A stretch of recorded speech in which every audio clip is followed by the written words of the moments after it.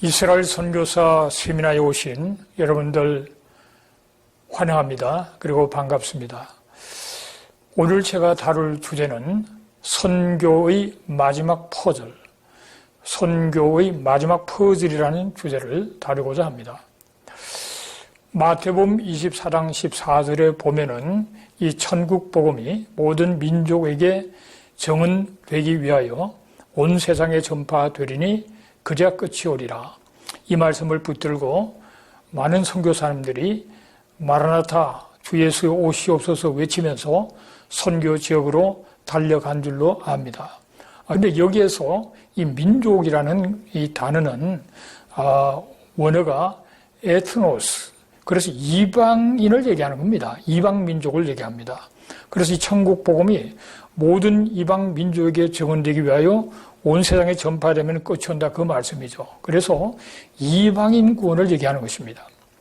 그런데 마태복음 23장 37절에 39절에 보면은 예수님께서 예루살렘아 예루살렘아 선지자들을 죽이고 내게 파송된 자를 돌로 치는 자여 암탉이 그 새끼를 날개 아래 모음같이 내가 내 자녀를 모으려 한 일이 몇 번이더냐. 그러나 너희가 원하지 아니하였도다. 안타까운 마음으로 예루살렘을 향하여 외치고 있는 주님의 모습을 발견하게 되어집니다. 그러면서 보라 너희 집이 황폐하여 버려진 바 되리라. 내가 너희에게 이르노니 이제부터 너희는 찬송하리로다. 주의 이름으로 오시느니 할 때까지 나를 보지 못하리라. 그렇게 말씀하셨습니다. 보라 너희 집이 황폐하여 버려진 바가 되고 그런 가운데 있다가 때가 되면은 찬송하리로다 주의 이름으로 오시느니요. 예수를 바로 메시아로 인정하고 환영하고 영접하고 경배할 그때에 나를 보게 될 것이다. 주님이 다시 오신다는 말씀이죠. 그래서 이것은 유대인 구원에 관한 말씀입니다. 모든 선교가 끝나는 그 마지막 퍼즐이 무엇인가 하는 걸 생각해 볼 때 에베소서 2장 14절 15절 말씀으로 답할 수가 있다고 봅니다. 그는 우리의 화평이신지라 둘로 하나를 만드사 원수된 것 곧 중간에 막힌 담을 자기 육체로 허시고 법조문으로 된 계명의 율법을 폐하셨으니 이는 이 둘로 자기 안에서 한 세 사람을 지어 화평하게 하시고 라고 말씀하셨어요. 이 한 세 사람의 완성, 이 한 세 사람의 성취가 선교의 마지막 퍼즐이구나 하는 사실을 깨달았습니다.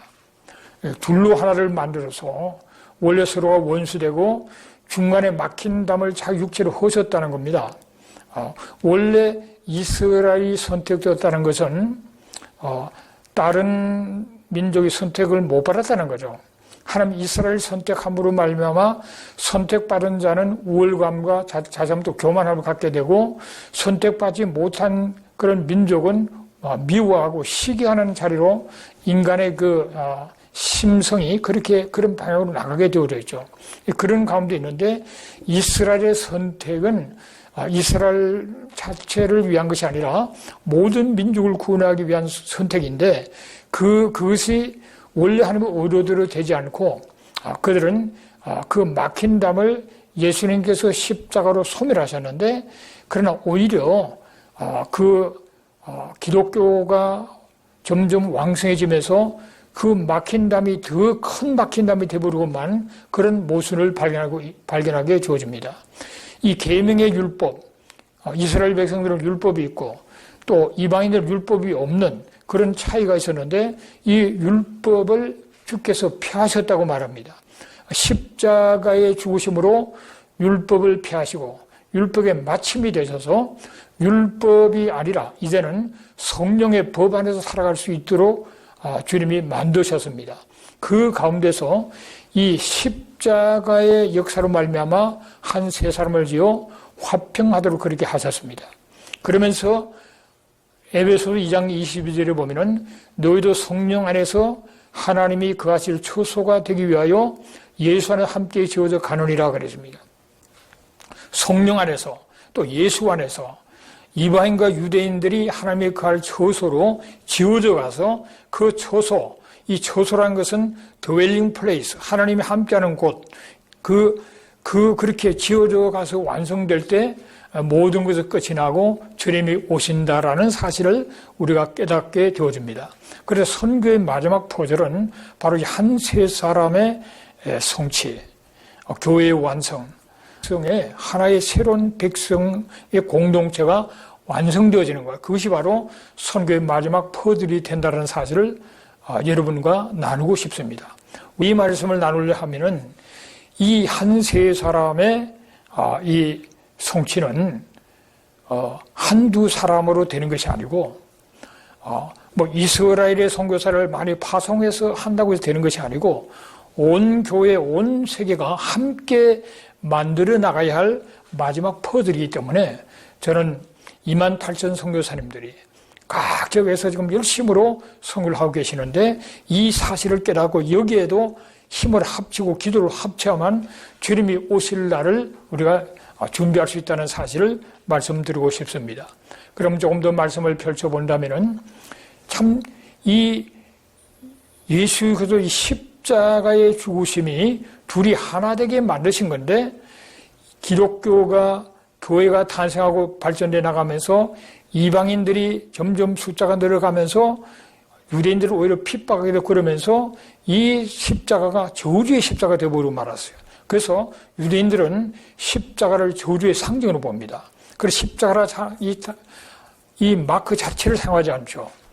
이 저주의 십자가가 아니라 사랑의 십자가인데 십자가를 저주의 상징으로 보니까 얼마나 두 사이에 막힌 담이 무섭고 멀리 떨어져 있냐 하는 사실을 알게 됩니다.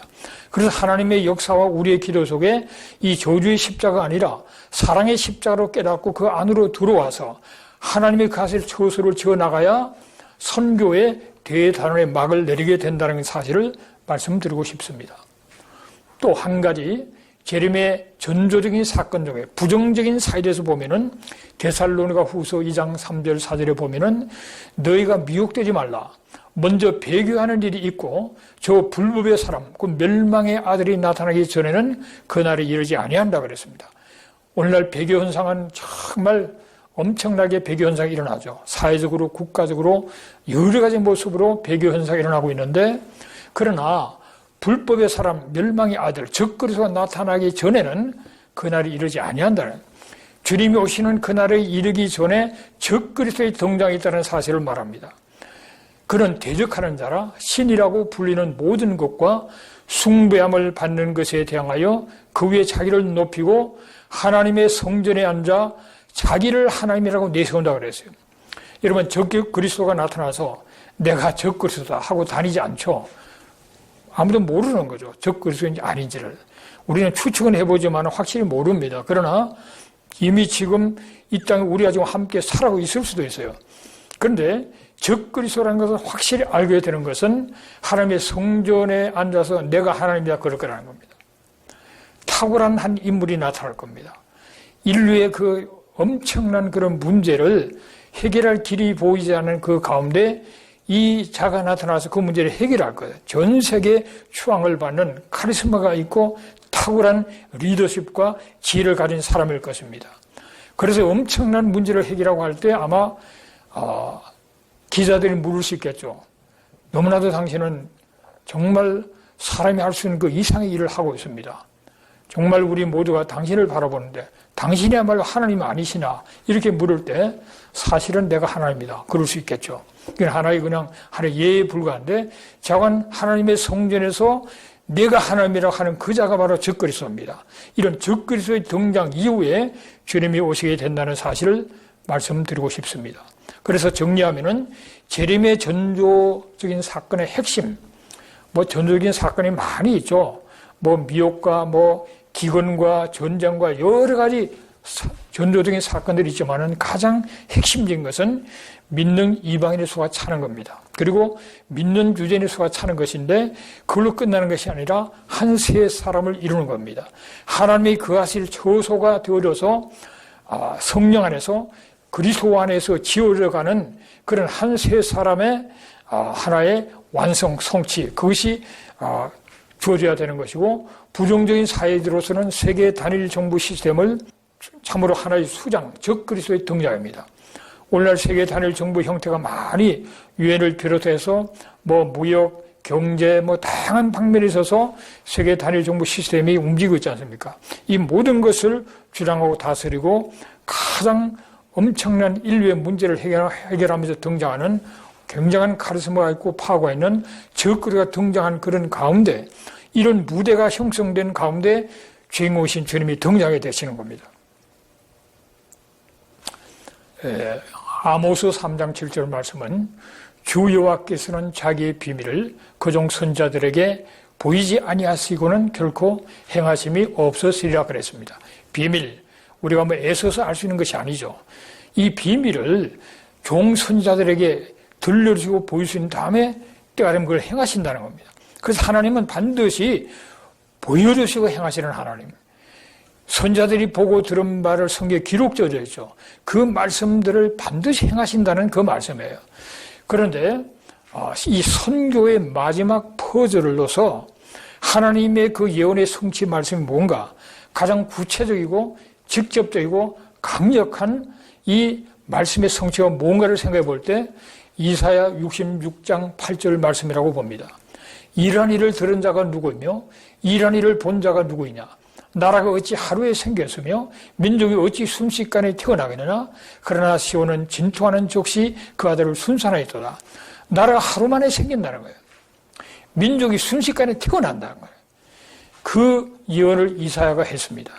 그리고 이 예언이 약 한 2600년 뒤에 1948년에 하루 만에 나라가 그냥 독립이 되고 선포되어지는 자로 나가는 하나님의 말씀의 성취가 이루어지는 것을 이미 우리가 알고 있습니다. 또 한 가지는 누가복음 21장 24절에 보면은 그들이 칼날의 죽임을 당하며 모든 이방에 사로잡혀 가겠고 예루살렘은 이방인의 때가 차이까지 이방인들에게 밟히려고 말씀하셨는데 이 말씀이 1967년 6.1 전쟁을 통해서 그야말로 정광석화처럼 성취되는 것을 통해서 주님의 그 말씀 1900년에 지난 가운데 말씀이 정확하게 성취되는 것을 보면서 우리는 정말 하나님의 위대한 역사에 참 감탄하고 감사하는 것인데 이것은 바로 선교의 마지막 퍼즐을 만들기 위해서 완성시키기 위해서 하나님께서 역사 속에 베푼 그 하나의 예언의 성취라는 사실을 기억해야 됩니다. 1947년 11월 29일 유엔 분화란이 아주 기적같이 통과됐죠. 그리고 1948년 5월 14일 날 이스라엘 독립을 선포하고 나라가 탄생합니다. 이 사실은 바로 기적적인 하나의 역사라고 볼 수 있고요. 참 1900년 동안에 없던 나라가 하루아침에 생기는 기적적인 그런 역사가 바로 이 사건이고 또 이스라엘의 건국은 국제법으로 완전히 국제법에 의한 합법적인 그런 그 나라라는 사실을 보여주고 있습니다. 유엔이 결의했어요. 그 의지하고 나라가 시작되어졌고 이것이 나라가 독립하자마자 독립전쟁에 들어가죠. 이집트와 요르단과 시리아, 레바논, 그리고 사우디아라비아가 참 도와주는 그런 가운데 독립전쟁에 들어갑니다. 이 전쟁을 승리함으로써 자기들의 그 나라 건국한 것에 대한 정말 확정적인 사건이 바로 이 독립전쟁의 승리입니다. 기적같이 하나님은 이 전쟁에 승리하게 하고 이 독립전쟁 때 아랍 지도자들은 아랍인들이 좀 전쟁 끝날 때까지 한 두 주만 좀 피해 있어라. 그러면 우리가 끝장내고 그 다음에 와서 마음대로 살아라. 그래서 한 70만 명이 피신하죠. 그분들이 지금도 난민으로 있는 분들이 바로 그분들입니다. 그리고 전쟁이 일어나자마자 주위에 있는 아랍 국가에서 참 수백 년, 수천 년을 살고 있던 유대인들이 다 추방당합니다. 한 70만이 추방당해서 이스라엘로 돌아오죠. 그런데 이스라엘은 다 추방당해서 받아들이고 또 전쟁 때 피하지 않고 있던 아랍인들에게도 시민권을 다 주어서 함께 살고 있는 거죠. 그런데 그 자기들 때문에 지금 난민된 그 사람들을 그 많은 그 아랍 민족들이 갖고 있는 땅이 있지만은 그들에게 땅을 제공하지 않고 난민으로 그냥 살아가도록 그들을 만들고 있는 그런 모습을 보게 되어집니다.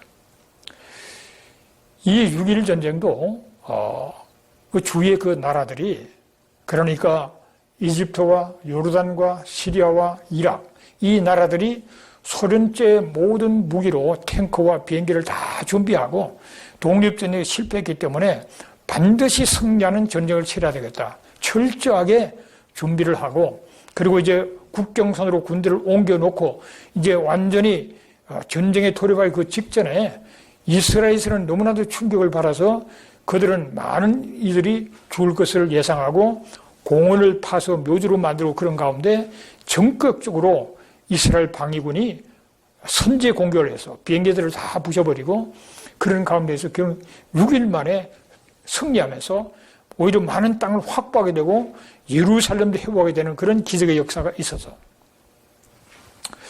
자, 여기에서 누가복음 21장 24절 말씀을 좀 보겠습니다. 그들이 칼날의 죽임을 당하며 모든 이방에 사로잡혀 가겠고, 주님이 말씀하셨습니다. 그들이 칼날의 죽임을 당하며 모든 이방에 사로잡혀 가겠다는 이 말씀이 1900년간 이 말씀이 성취되고 있어요. 성취되는. 그래서 이스라엘은 큰 고난 속에 있게 되어지는데, 그 가운데 특별히 기독교의 반유대주의 때문에 그들은 많은 고통을 당하고 그런 그 정말 쓰라린 그런 한을 품게 되는 사건들이 연속적으로 일어나게 됩니다. 이 사건은 바로 예루살렘이 로마 군대에게 완전히 함락당하는 그런 모습을 보여줍니다.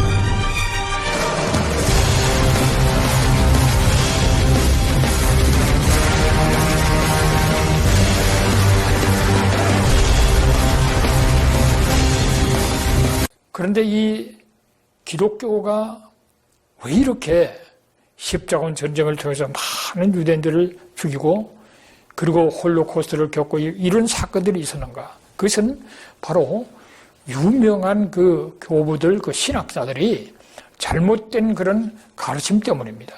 이 크리소스톰이라면 얼마나 유명합니까? 너무나도 말을 잘하고 웅변을 잘해가지고 황금의 입을 가졌다는 별명이 붙은 사람인데, 이 사람이 그런 얘기를 했어요. 유대인들을 미워하는 것은 기독교인의 의무다. 유대인들은 악마에 붙잡힌 자들로 탐욕스러운 돼지와 같다. 하나님은 항상 유대인들을 미워하신다. 저는 성경적인 근거가 없는 반대 얘기를 했습니다. 그때 사람들은 존경하는 사람이 말하면 그냥 그대로 받아들이고 따라가는 거 아니에요? 무슨 글을 읽는 사람도 별로 없은 그때에 이런 사람의 한마디는 그냥 콱 각인이 되는 거죠. 여러분, 바울 이후 최대의 신학자, 기독교의 뼈대를 세웠다는 이 어거스틴도 너무나도 귀한 일을 많이 했지만은 유대인들은 죽는 것이 마땅하지만 대신 천벌받을 정인으로 교회가 회당을 이겼다는 승리의 정인으로 지구 위를 떠돌아다니도록 운명절었다. 저는 성경 상관이 없는 이런 말을 했습니다. 이것이 전해지고 크리스찬들에게 완전히 새겨져서 유대인들을 핍박하는 것을 아주 정상적으로 생각하는 그런 자료로 들어가게 되고 맙니다. 그래서 여러분, 그런 가운데 배우고 듣고 세뇌된 가운데서 십자군, 예루살렘을 회복하기 위해서 십자군을 일으켰지만 이 십자군들이 가는 도중에 유대인들을 만나면은 예수를 죽인 자들하고 해서 그냥 유대인들을 막 죽이기 시작합니다. 예루살렘에 갔을 때 그 당시 약 한 30만 명의 유대인들이 살고 있었는데 29만 9천 명을 다 죽여요. 그 1,000명만이 살아서 그저 노예로 팔려가게 되는 엄청난 비극을 이 기독교 참 크리스찬들이 그런 일을 했습니다. 심지어는 그들이 다급해서 회당으로 막 들어가서 회당에 들어가 있는 것을 이 십자군들이 불을 지르고, 다 같은 예수가 메시아는 모르는 하나님은 같은 하나님이잖아요. 불을 지르고는 주위를 칼을 흔들며 돌면서 하나님, 참 할렐루야 찬송 부르며 돌았다는 그런 역사가 지금까지 전해집니다. 그런 역사를 배울 때 유대인의 가슴에 기독교에 대한 얼마나 큰 그 상처를 가지고 있겠습니까? 이 중세 시대는 종교 재판을 통해서 개종시키려고 많이 애를 썼는데 말을 듣지 않을 때 핍박하고 그리고 나중엔 추방시키고 그런 아주 멸절시키는 그런 일들이 여러 차례 있었죠. 여러분 루터가 정말 종교 교육을 함으로써 기독교에 미친 영향은 얼마나 큽니까?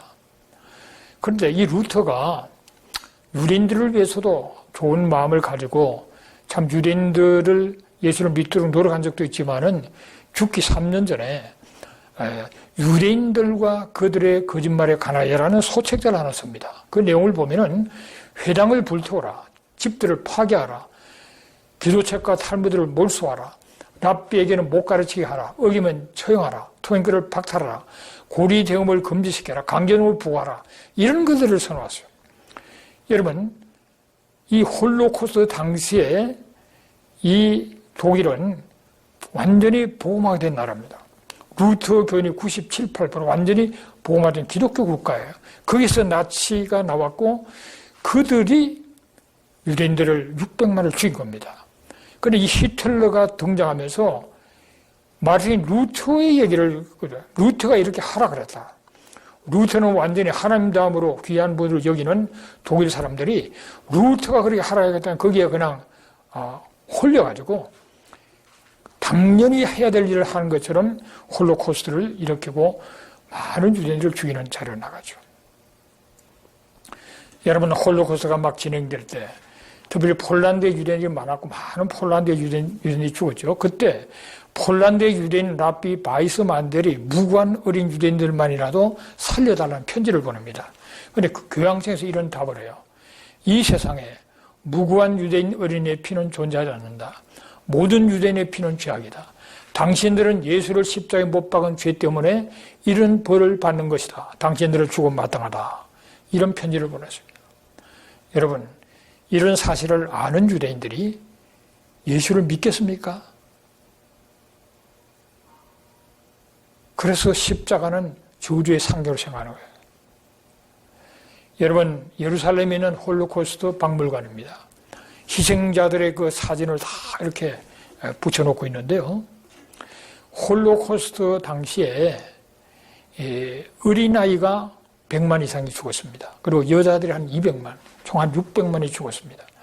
이 예루살렘에 있는 홀로코스트 박물관 가면은 캄캄한 방이 하나 있어요. 그 가면은 마치 하늘의 별을 부르시 우주를 부는 것 같은 그렇게 되어 있는 방인데 아이들 이름을 계속 방송에 나옵니다.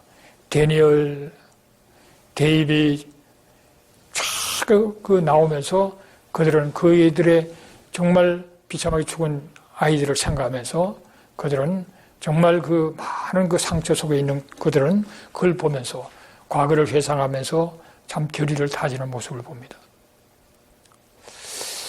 이 홀로코스트 기간 동안에 대부분의 교회와 세계 국가들은 방관 내지는 구경만 했다는 겁니다. 방관은 뭡니까? 비겁한 자요. 방관은 결국은 동참한 거예요. 홀로코스트를 피해서 갈 데가 없어 살아남기 위해서 피난민들이 그 국가의 문을 두드렸을 때 아예 받아주질 않았어요. 그러니 얼마나 피가 터지는 그런 그 원한과 그런 미움과 그런 상처를 깊이 가지고 있는 거예요. 그렇기 때문에 우리가 마지막 퍼즐을 완성시키기 위해서는 그냥 가서 복음을 전하고 믿어도 되는 게 아니에요. 이런 그 역사적인 상황과 그들의 내적인 상처를 우리가 이해하고 다가야 되는 거예요. 여러분, 우리가 성경을 가르칠 때도 우리가 내적 치유의 필요를 느끼고 내적 치유 사역을 하잖아요. 많은 상처를 갖고 있는데 그게 하나님의 말씀을 제대로 받아들이지 않기 때문에 그처럼 유대인들도 그런 그 치유가 필요한 겁니다. 그런데 왜 그렇게 기독교 반유대주의가 일어나고 그렇게 됐는가? 그것은 이스라엘과 예루살렘이 없었기 때문에요. 성경 말씀을 보고 예수를 믿고 보니까 이스라엘이 성경에는 나오는데 예루살렘의 성경은 이스라엘의 성경에는 2300번 이상 등장해요. 예루살렘의 성경에 1000번 이상 등장하는데 실제 나라와 도시가 없어버린 거예요. 그렇기 때문에 없는 가운데서 신학을 한 거예요. 그것은 성경을 볼 때 통전적으로 전체로 성경을 보지 못하기 때문에 그렇습니다. 큰 그림을 못 봤기 때문에, 나무만 들여다봤지 숲을 못 봤기 때문에 전체의 흐름 가운데는 이스라엘이 없어진 것이 아니라고 성경에 나옵니다. 그리고 때가르면 등장하고 예루살렘 등장한다고 성경에 나오는데 그냥 이 전체를 못 봤기 때문에 일부만 보고는 이스라엘이 없고 예루살렘이 없으니까 교회로 대체해서 생각하면서 축복은 교회, 저주는 이스라엘에게 아주 이상한 성경을 해석하면서 나왔기 때문에 기독교 반유대적 형성된 겁니다. 그래서 오늘 우리의 신학과 신앙은 어떻게 해야 됩니까? 우리는 이스라엘과 예루살렘의 실체를 전제하는 신학을 해야 되는 겁니다. 오늘날에도 이스라엘과 예루살렘 없는 신학을 그것이 전해져 가지고 오늘날에도 그 신학의 틀을 못 벗어나 가지고 오늘날 저 이스라엘 성경에 나오는 이스라엘이 아니다 그런 사람이 있어요. 오늘날에 우리 역사 속에 있는 예루살렘은 성경에 나오는 예루살렘이 아니다 그런 사람이 있어요. 여러분 그러면 그건 무슨 말입니까? 아니 세상 역사는 하나님이 주관하지 않습니까? 역사의 주관자신 하나님에 대해서 그는 하나님의 역사를 무시하는 것밖에 되지 않아요. 이스라엘은 기적같이 독립했고 예루살렘도 기적같이 탄생했는데 회복되었는데 그것은 하나님이 하신 일이에요. 그렇기 때문에 우리는 이스라엘과 예루살렘의 실체를 전제하는 신학을 해야 된다 이 말이에요. 사도행전 1장 11절 말씀에 감람산에서 성천하시는 예수님을 바라보고 있는 그들에게 가신 그대로 오신다고 두 천사가 증언하죠. 스가랴서 14장 4절에 보면은 그의 발이 참 감람산 위에 선다라고 말합니다. 주님이 오시려면은 이스라엘이 있어야 주님이 오실 수 있고 주님이 오시려면은 예루살렘이 있어야 주님이 오실 수 있는 거예요.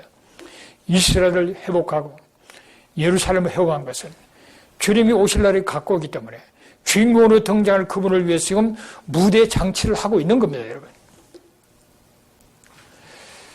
자, 살아계신 역사의 주관자이신 그 하나님, 그리고 선교의 마지막 퍼즐을 완성시키기 위해서 있어야 할 성취되어야 할 사건은 예레미야 16장 14절 15절 말씀입니다. 여호와의 말씀이니라. 그러나 보라, 날이 이르니 다시는 이스라엘 자손을 애굽 땅에서 인도하여 내신 여호와께서 살아계심을 두고 맹세하지 아니하고 이스라엘 자손을 북방 땅과 그 쫓겨났던 모든 나라에서 인도하여 내신 여호와께서 살아계심을 두고 맹세하리라. 내가 그들을 그들의 조상들에게 준 그들의 땅으로 인도하여 드리리라. 예레미야가 하나님의 말씀을 전했습니다. 이스라엘 자손들은 가장 위대한 하나님은 출애굽의 하나님이에요. 홍해를 가르쳤던 출애굽의 하나님이 가장 위대하신 하나님이기 때문에 그 여호와께서 살아계심을 두고 맹세를 하는 겁니다. 그런데 앞으로는 그 출애굽의 하나님보다도 이스라엘 자손을 북방 땅과 쫓겨났던 모든 나라에서 인도하여 내신 여호와께서 살아계심을 두고 맹세하는, 한마디로 북방 땅과 모든 나라에서 이스라엘 자손을 인도하신 그 하나님이 훨씬 더 큰 하나님이라는 거예요. 그 하나님을 두고 맹세하게 될 것이라는 겁니다. 내가 그들을 그들의 조상들에게 준 그들의 땅으로 인도해 드리겠다. 주님 말씀하셨다. 이 말씀의 성취를 오늘 우리가 경험하고 있는 거예요. 여러분, 하나님께서 선교의 마지막 퍼즐을 완성시키기 위해서 하시는 가장 역사 속의 구체적인 그 사건은 이스라엘 독립과 예루살렘 회복과 알리야입니다. 조상들에게 준 그들의 땅으로 그들이 돌아가는, 이 알리야는 올라간다는 뜻이에요. 예루살렘 올라간다는 그 뜻인데 결국 이스라엘로 돌아가는 것을 알리야라고 얘기합니다. 이 알리야 운동, 이것이 바로 오늘 이 시대 속에 하나님의 살아계심을 보여주는, 눈으로 볼 수 있는 하나의 증거가 되어집니다. 그것은 바로 마지막 이 퍼즐을 완성시키려는 하나님의 역사인 것입니다. 여러분, 오늘 이 시간에 짧은 동영상 하나 보겠는데요. 이것은 1918년에서 2018년까지 100년간에 걸쳐서 참 자기가 태어난 그 나라에서 이스라엘로 땅으로 조상들의 땅으로 돌아가는 것을 이렇게 통계를 낸 겁니다. 여러분 길게는 2700년, 짧게는 뭐 수백 년. 그들은 남은 나라 땅에서 조상 궤도로 살다가 거기서 태어나서 그렇게 살다가 하나님의 그 뜻을 깨닫고 약속의 땅, 조상들의 땅으로 돌아가는 겁니다. 이게 보통 상상이 됩니까, 여러분? 2000몇 년, 2000년 막 수백 년을 살던 그 땅에서 뭐 심지어는 뭐 몸의 형체도 많이 변화가 되죠. 그 땅에서 돌아간다는 거. 여러분 몇 대만 외국에 나와서 거기서 태어난 아이들이 자라서 우리 고국으로 돌아간다는 사건이 얼마나 큰 사건이에요. 개인적으로 볼 때는 한 사람 한 사람의 그들의 그 상황은 엄청난 그들의 생애에서 가장 놀라운 시간이 될 겁니다. 이런 역사를 한 사람 한 사람을 하나님은 약속의 땅으로 가게 하면서 이 통계가 나와 있습니다. 가는 그 숫자를 막대기로 표현이 되어지고요. 그리고 오른쪽의 중앙에는 한 해 한 해 몇 명이 들어갔다는 것이 나오고 제일 밑에는 무게가 나옵니다. 참 그걸 보고 저는 굉장히 감동을 많이 받아요.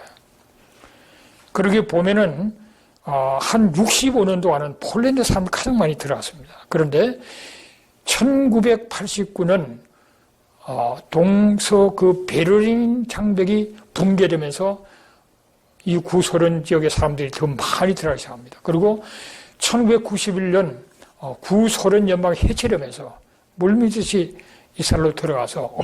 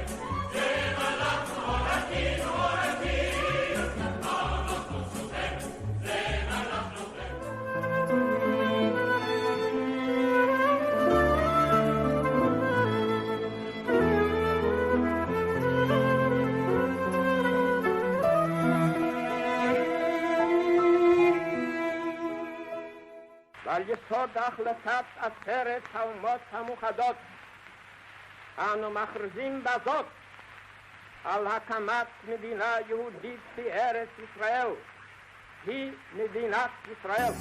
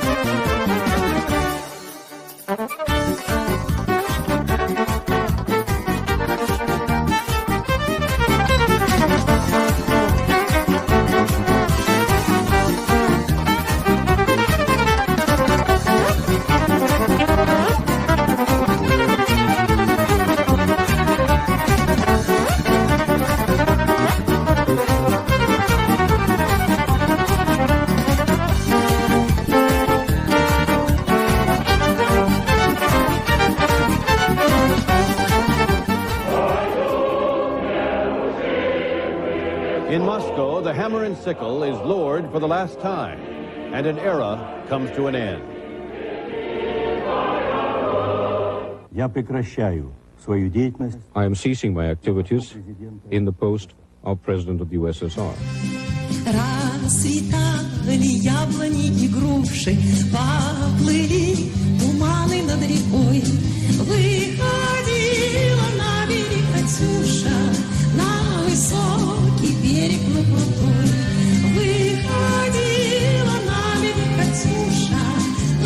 высокий берег на крутой выходила, песню заводила про степного сизого орла, про того, которого любила, про того, чьи письма берегла, про того, которого любила, про того, чьи письма берегла.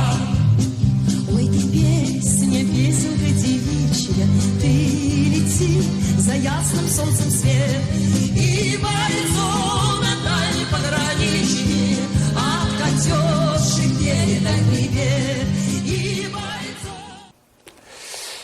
로마서 11장 25절 26절을 보면은 사도 바울은 하나님의 구원 역사의 신비를 얘기합니다.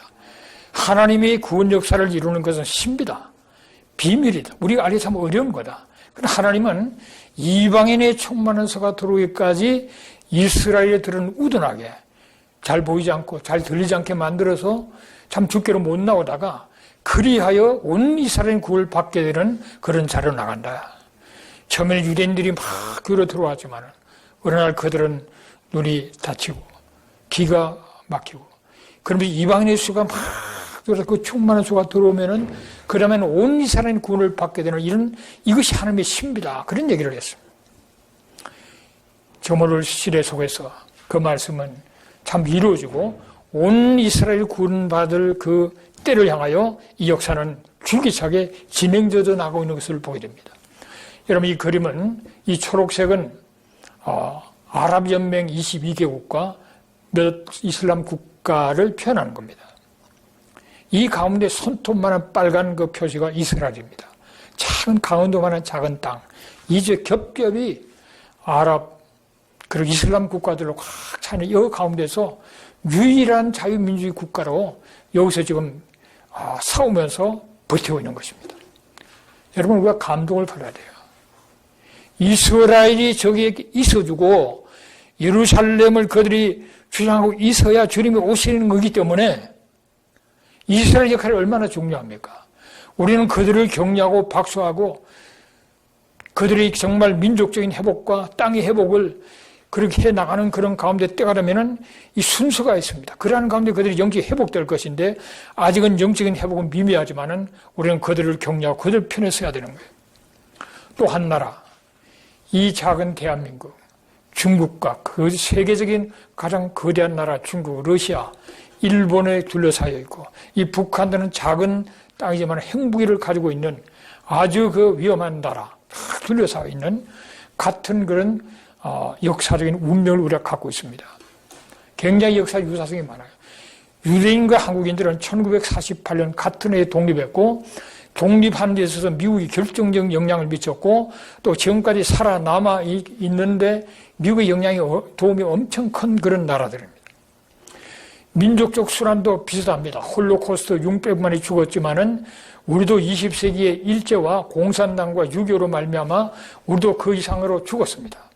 민족적 순환을 당했던 그런 유사성이 있습니다. 또 그 어려운 가운데서 참 2차 세계대전 이후에 백수십 개 나라가 독립했지만은 민주화와 산업화를 이룬 나라는 이스라엘 한국밖에 없어요. 그리고 IT화까지 같이 이루는 그런 유사성이 있고 민족 주체성이 뛰어난 국가 그리고 디아스포라가 한국은 약 180개국에 750만이 지금 흩어져 있죠. 유대인들도 약 한 750만이 전 세계 한 100여 개 국가 속에 흩어져 있습니다. 그런데 이 유대인들은 하나님의 말씀대로 고토로 돌아가야 할 사람들이에요. 한 명도 남기지 않는다 그래요. 다 이제 돌아갈 사람들이에요. 그런데 우리는 전 세계에 흩어져 있어서 우리가 마음만 먹으면 전 세계적으로 유대인들을 접할 수 있는 그런 민족이 우리 한민족이고 우리 한민족은 선교사를 28,000명을 169개에 파송했기 때문에 이 선교사님들이 이 사실을 깨닫기만 하면은 유대인들을 접할 수 있는 최고의 그런 위치에 있는 사람들이 선교사들이고 또 이 선교사님들이 있는 선교 지역에서 이 사실을 가르쳐야 될 사명이 있는 것입니다. 유대인들은 한국을 사랑합니다. 유대인들의 한국 사랑. 여러분, 한국 개신교 첫 번째 개신교 선교사는 귀출라프죠. 그 사람 유대인입니다. 그리고 한국어 이 성경 번역이 정말 고유명사 이런 것은 굉장히 번역이 잘 됐다고 그럽니다. 영어보다 훨씬 탁월하게 잘 됐어요. 원어에 굉장히 가깝게. 거기서는 피터스라는 유대인이 이 구약 번역에 참여했기 때문에 그렇다고 그럽니다. 이 유대인이었어요. 또 오늘날 유대인들은 이 한류 바람을 타고 한국에 대한 사랑을 많이 해요. 한국을 배우는 사람도 많고 한국인 내에서 많이 열려있는 그런 모습을 보게 됩니다. 여기에 다 하나님의 어떤 극경륜과 섭리가 껴드는 겁니다. 한국 사람들도 얼마나 이스라엘에 많은 사람이 갑니까? 그리고 지금도 그 이스라엘의 명동이라는 벤 예후다 거리에 가면은 주말 되면 많은 사람이 몰려 나오는데 거기에 한국 찬양 소리가 들립니다. 자, 한민족의 사명을 한번 생각해 보겠습니다. 이사야 55장 5절에 보면은 보라, 네가 알지 못하는 나라를 내가 부를 것이며 너를 알지 못하는 나라가 네게 달려올 것이다 그랬어요. 이 네가 알지 못하는 나라, 경험해 보지 못한 나라, 그 나라가 어떤 나라인가? 여기서 나라라는 것은 고위라는 단어를 쓰는데요. 이 나라는 이방 나라를 말합니다. 이방 나라며 그리고 제대로 조직과 체계를 갖춘 나라입니다. 이 OECD 국가, 그러니까 참 OECD 국가, 이 OECD 국가에 속한 바로 그런 나라, 한 38국이 되는데 이 정도의 나라가 정말 그 조직과 체계가 있는 나라라고 볼 수 있는데 이 38개국의 OECD 국가 가운데서 이스라엘 유대인을 경험해보지 못한 나라, 그러니까 더 쉽게 얘기해서 유대인 공동체가 아예 없었던 나라는 한국밖에 없다는 거죠. 우리는 유대인 공동체, 디아스포라 유대인 공동체가 있은 적이 없어요. 그래서 우리는 정말 유대인을 이렇게 제대로 접해보지를 못한, 경험해보지 못한 그런 나라입니다. 이런 나라를 내가 부르게 될 것이라. 오늘날 메시아닉 주 처치 지도자들이 또 선교단체가 한국을 하여 러브콜을 부릅니다. 우리를 도와달라, 우리 좀 기도해달라, 우리를 도와달라. 많은 한국 교회를 향하여 부릅니다. 그리고 또한 많은 크리스찬 지도자들이 또 크리스찬들이 이스라엘로 가서 달려가고 있습니다. 이런 것을 볼 때 바로 이 사명은 우리 한민족이 주신 사명, 이스라엘로 달려가서 그들을 도우는 것이 우리에게 주신 사명이라는 거죠. 우리가 해야 될 일은 무엇보다도 알리야를 도와야 합니다. 귀한 사역. 예레미야 31장 10절에 보면은 이방들이여 너희는 여호와의 말씀을 듣고 먼 섬에 전파하여 이르기를 이스라엘 흩으신 자가 그를 모시고 목자가 그 양떼에게 행함같이 그를 지키신다 그랬어요. 이런 이방인들, 이방 그리스도인들에게 주는 하나님의 말씀이에요. 그 말씀이 뭡니까? 하나님의 말씀을 좀 들어라. 이 세대 속에 하나님이 무슨 말씀하는지 듣고 먼 섬에 전파해서 이스라엘 흩으신 그 분이 모으시고 또 양떼 행하지 그를 지키신다는 사실을 전하라는 거예요. 여러분, 이방 우리들이, 교회가, 성도들이, 그리고 선교사들이, 그리고 해외 한인 디아스포라 교회들이 이 사명을 감당해야 되는 겁니다. 그래서 지금 전 세계 28,000명 참 169에 파송된 선교 사람들은 이 사명을 감당하는 제일 앞에 서 있는, 제일 앞장서 있는 분들이 여러분들입니다. 여러분이 이 하나님의 말씀에 순종하셔야 돼요. 이 하나님의 말씀을 듣고 전해야 됩니다. 이스라엘 흩어진 자가 지금 모으시고 지키신다는 사실을 유대인들을 만나면 전하고 또 이 사실을 선교지역에 있는 그 성도들에게 전해서 같이 기도해야 된다 이 말이죠. 이사야 49장 22절에 보면은 내가 문다를 향하여 나의 손을 들고 민족들을 향하여 나의 기치를 세울 것이다. 그들이 내 아들들을 품에 안고 내 딸들을 어깨에 메고 올 것이라 그랬어요. 문나라를 향하여 하나님의 깃발을 흔드시고 그들이 내 아들과 내 딸들을 데려올 것이라는 거예요. 이방인들이 유대인들을 데려오는 그런 역사가 있을 것을 말하면서 하나님의 깃발을 흔드신다. 이스라엘 독립을 1900년 만에 독립한 그 나라, 이 나라를 독립을 통해서 깃발을 흔들고 계시는 겁니다. 이스라엘 회복된 예수님이 하신 그 말씀이 1900년 만에 성취된 여름 회복 사건을 통해서 깃발을 흔들고 계시는 겁니다. 그리고 계속 줄기차게 진행되는 귀환하는 이 알리아들의 모습을 늘 신문과 지상과 방송으로 보면서 하나님의 깃발을 흔들고 계신다는 사실을 기억하고 알리아를 도우는 그 일을 감당하는 그 사명을 감당하는 그런 선교사님들 또 우리가 되기를 바랍니다. 위로해야 됩니다. 내 백성을 위로하라. 그도 예루살렘의 마음에 닿도록 말하는 겁니다. 너희 대가 끝났고 제약이 삼을 받았다. 그 사실을 얘기하면서 백성을 위로하는 거예요. 아까 잠깐 말씀했던 것처럼 그들이 정말 쫓겨나고 전 세계를 방황하고 박해를 받는 그동안에 반유대주의, 기독교 반유대주의가 얼마나 그들에게 많은 상처를 주고 고난을 주고 고통을 주고 죽음을 주었습니까? 그 상처를 갖고 있는 자들에게 예수 믿는 사람 누가 믿겠습니까? 그들을 먼저 위로하고 마음에 닿아서 정말 위로를 받고 그들의 내적으로 치유가 되도록 해주는 것이 그것이 그들이 영적으로 회복하는 데 있어서 엄청난 그런 역사가 있다는 사실을 말씀드리고 싶습니다. 그런데 이 일을 감당할 수 있는 가장 좋은 민족이 바로 한국 크리스찬들이라는 겁니다. 이 한국 크리스찬들. 우리가 그들을 십자가를 저주로 생각하는 그들에게 그것을 우리가 그들에게 용서를 구하고 그를 위해서 기도하고 사랑을 보여주면 말미암아 절대로 이 십자가가 저주의 상징이 아니고 사랑의 십자가라는 것을 알고 그 십자가 앞으로 나오도록 만드는 그 역할을 해야 되는데 그러기 위해서는 그들을 위로해야 되는 겁니다. 제가 여러분에게 영상 하나를 보여드릴 텐데요. 이 영상은 2013년도에 한국 그리스도인들이 유대인들을 향하여 가진 문화행사 살롬 예루살렘이라고 하는데 이 행사 처음 할 때 많은 유대인들이 또 지도자들이 한국 크리스찬들과 원래는 상종하려고 하지 않습니다.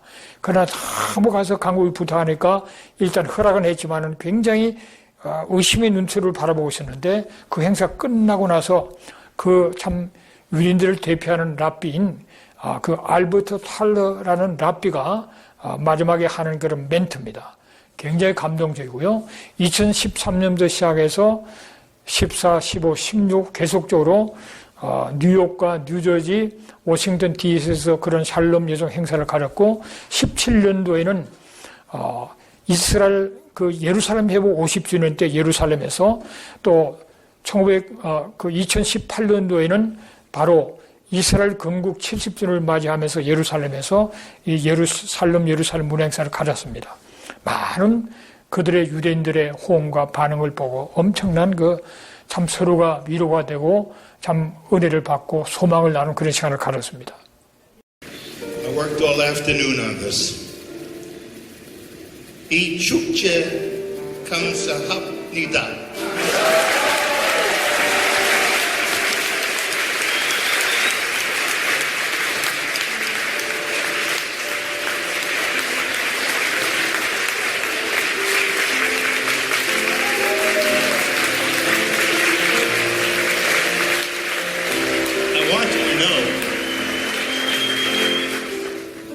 I could not ever imagine what this night would be.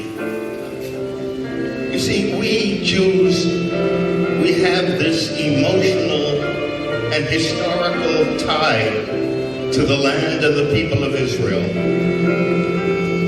It's in our blood. It's in our hearts. And so I have a tie to the Jewish people and to the land of Israel, which is so deep. It is a tie to a land and a people that is very new, but also 4,000 years old. So I have a tie to the land and the people.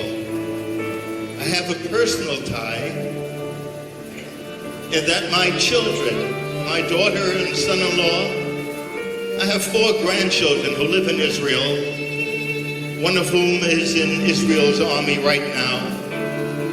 And this past Monday, I witnessed something that, again, I could never have imagined just a few years ago. Our American granddaughter, who's just graduated from Northwestern University, decided to make Aliyah this past Monday. My wife and I, we were moved to tears. A sight that our grandparents could never even dream of. Am Yisrael Chai, the people of Israel lives, and the Christian Koreans, we love you as you love us.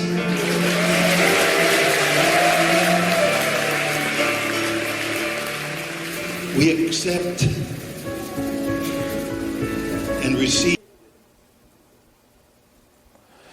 여러분, 우리는 복음을 전해야 됩니다. 이 아름다운 소식을 시온에 전하는 자여 힘써 소리를 높이라 그랬습니다. 지금 우리는 예루살렘에 가서 마음대로 소리를 지를 수가 없는 상황입니다. 그러나 하나님은 그 때를 이제 허락하실 것이고, 우리는 이 복음을 그들에 가서 전함으로 말미암아 그들이 죽기로 나오도록 우리가 도와야 되겠고, 그래서 그들이 찬송하리다 주의 이름으로 오시는 이여 하게 되는 그 날을 바라보고, 그때가 주님이 오실 날일 텐데, 그러나 이 모든 것의 마지막은 참 주님이 오실 그 아주 혼란 속에 그들은 눈이 열려서 그들이 찌른 자를 보게 되고 예수를 믿게 되고 온 이스라엘 구원받는 그런 사건이 일어날 것입니다. 그런데 이런 아주 결정적인 사건이 일어나기 전에 먼저 무엇보다 그들은 먼저 위로를 받고 상처 치료를 받고 그들을 우리가 귀한 사을 통해 그들을 도우면서 이 때를 향하여 모든 것을 준비하는 우리가 함께 도우는 그런 가운데 메시지를 전해야 됩니다. 여러분, 복음도 자꾸 듣는 가운데 믿는 사람도 있지만은 안 믿다가 자꾸 듣는 가운데 어느 결정적인 순간에 그들은 눈이 열리게 되는 것을 우리가 알기 때문에 지금은 받아들이지 않더라도 열심히 그들을 사랑으로 섬기고 복음을 전하면서 위대하신 하나님의 그 역사의 날을 바라보면서 나가야 되는 것입니다. 무엇보다도 우리는 예루살렘을 위하여 평화를 구하고 예루살렘을 사랑하는 자가 되어야 됩니다. 여러분, 예루살렘이 어떤 곳인가를 아는 자는 사랑하지 않을 수가 없어요. 예루살렘이 어떤 곳입니까? 이삭을 바쳤던 그 모리아산, 성전에 세웠던 곳, 바로 그곳이 예루살렘입니다. 예수님이 십자가에 못 박혀 돌아가신 곳이 예루살렘이요, 예수님이 부활하시고 성천하시고 성령을 보내주시고 교회가 시작된 곳이 예루살렘입니다.